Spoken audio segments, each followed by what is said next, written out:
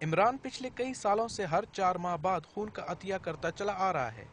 عمران نے تھیلیسیمیا سے متاثرہ بچوں کی تکلیف دیکھ کر باقاعدگی سے خون عطیہ کرنے کا فیصلہ کیا۔ خون عطیہ کرنے کے عالمی دن پر بھی وہ تھیلیسیمیا سے متاثرہ بچوں کے لیے خون عطیہ کر رہا ہے، جس کا کہنا ہے کہ خون عطیہ کرنے کے عمل سے اسے تسکین پہنچتی ہے۔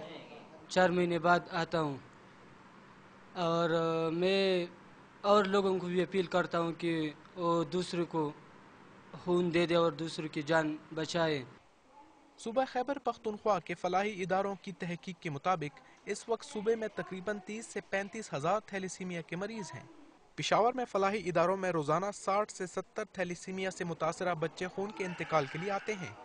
خون عطیہ کرنے والے رضاکار کم ہونے کے باعث تھیلیسیمیا سے متاثرہ بچوں کی شرح اموات میں تیزی سے اضافہ ہو رہا ہے۔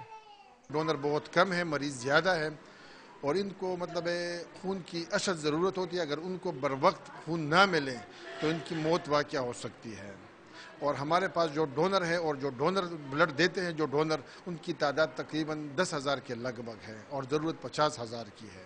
خون کے عطیات دینے کی بابت کم علمی اور کم آگاہی کی وجہ سے عام آدمی خون عطیہ کرنے سے خائف دکھائی دیتا ہے، اگرچہ اس سے کسی قسم کی کوئی کمزوری پیدا نہیں ہوتی۔ لوگوں میں یہ غلط بات ہے کہ وہ کہتے ہیں کہ خون دیں گے تو انہیں کمزوری ہو جائے گی یا کوئی نیگیٹو آسپیکٹ ہے اس کے بارے میں کچھ نہیں۔ دیکھیں، میں خود صحت مند ہوں اور میں نے کافی دفعہ خون دیا ہے، مجھے کوئی سائیڈ ایفیکٹ نہیں ہوا۔ آپ حیران ہوں گے کہ ایسے لوگ ہیں یہ اسٹوڈنٹس میں بھی کہ جی صبح زماں امتحان دے، امتحان کا بلڈ کے ساتھ کیا تعلق ہے وہ ہم پھر ان کو بتا دیتے ہیں کہ کچھ نہیں۔